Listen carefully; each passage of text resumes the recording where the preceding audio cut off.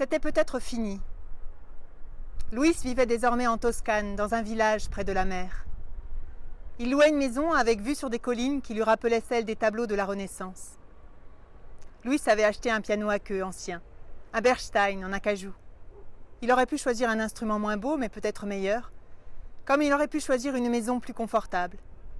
Luis improvisait pendant des heures et s'arrêtait tout à coup au milieu d'une phrase. « Je n'y arrive pas. J'entends bien, mais je joue mal.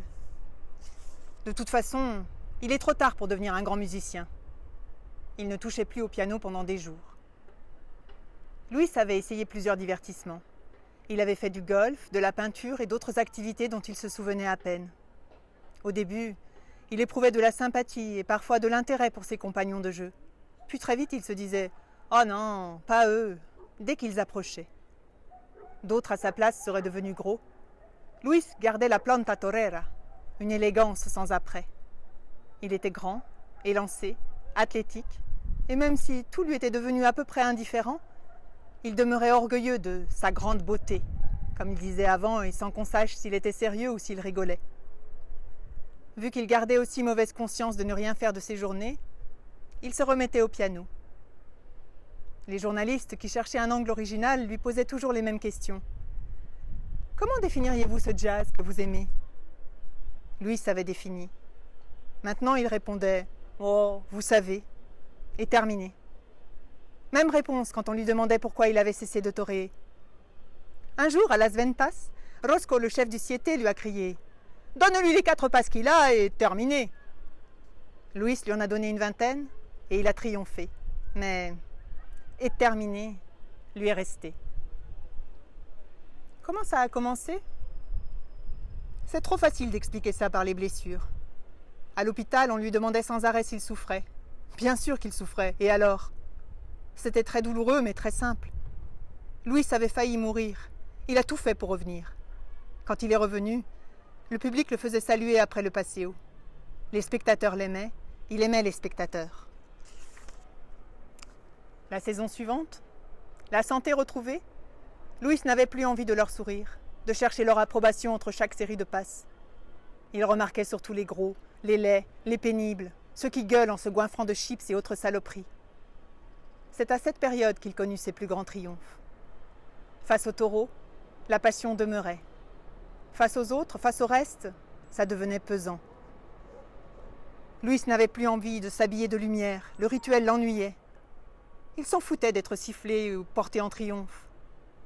Il s'en foutait aussi que des jolies femmes lui crient « Torero, torero !» ou « Assassin !»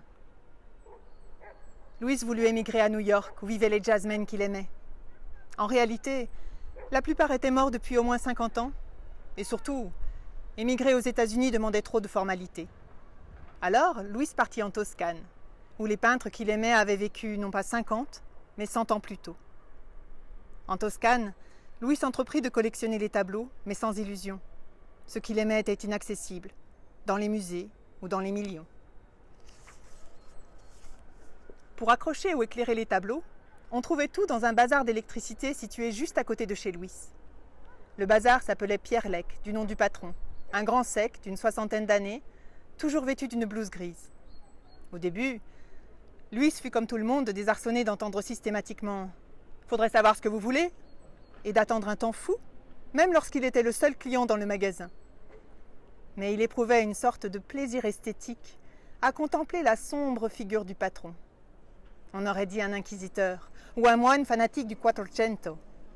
Enfin, quelque chose amusait Luis, aller casser les pieds de Pierre Lec. Ce jour-là, ça commençait bien. Pierre Lec accueillit Luis avec son amabilité coutumière. « Qu'est-ce qu'il y a encore?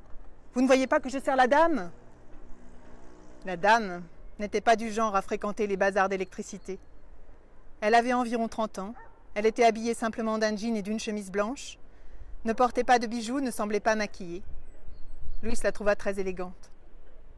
Il fut pris de l'envie de s'adresser à la jeune femme.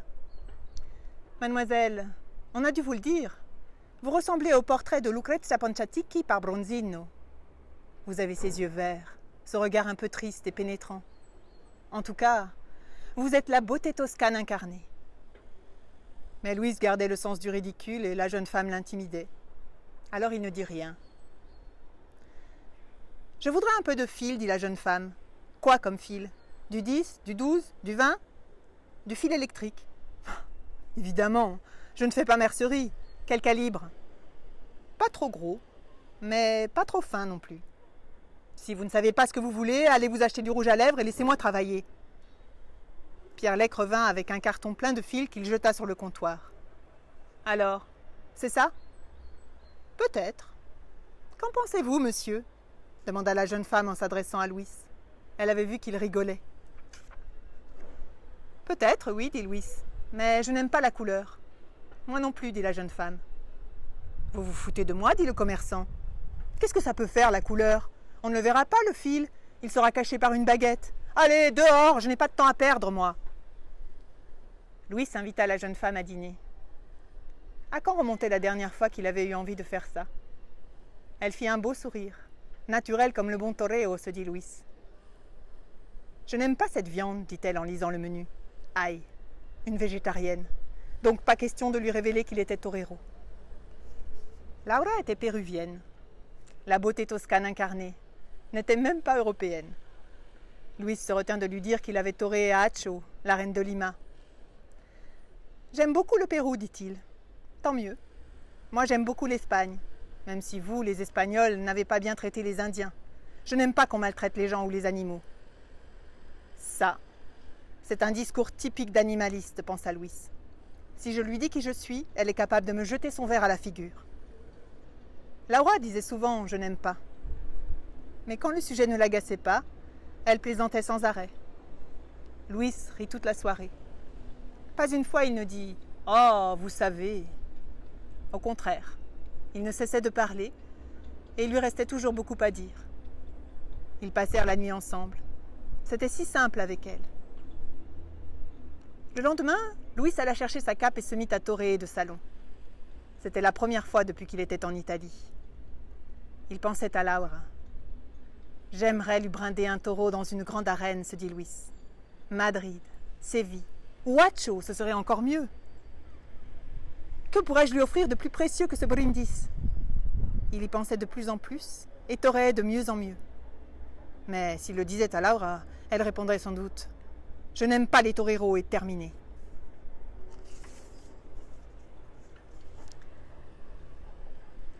Les jours passaient paresseusement. Ils allaient à la plage, s'embrassaient, faisaient l'amour. Louis ne s'ennuyait plus. Et quand il n'était pas avec Laura, il s'entraînait. Les jours continuaient de passer. Laura s'étonnait. « Tu es trop jeune pour te conduire comme ça, en rentier. L'Espagne ne te manque pas? Moi, j'ai envie d'y retourner. Il y a certaines façons de vivre que j'aime là-bas. Ce qui me déplaisait est en train de disparaître. » Elle parle de la corrida probablement, pensa Louis. « J'aimerais y retourner avec toi, dit-il, mais seulement quand nous serons prêts. » Laura répondit qu'elle était prête. « Tu manques d'engagement. Avec ta cicatrice, tu as l'air d'un gangster ou d'un torero. Et pourtant, on dirait que tu es un petit épargnant qui a peur de changer de terrain. »« La voilà l'occasion, pensa Louis. Mais elle a dit « torero », comme si c'était un gros mot, avec mépris me semble-t-il. J'ai plus peur d'elle que du taureau. Mais c'est pour elle que je veux revenir. Ça ne peut plus durer. Ce soir, je vais à Porta Gaiola, je lui dis. Louis se leva tôt. Il courut une dizaine de kilomètres. Cela faisait déjà 2 heures qu'il toréait de salon.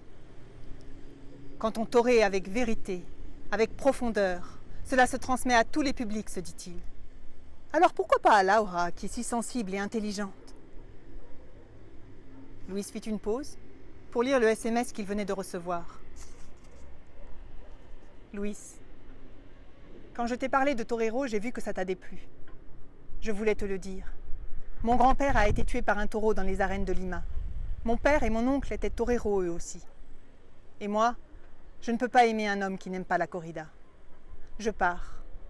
Tu ne me reverras plus.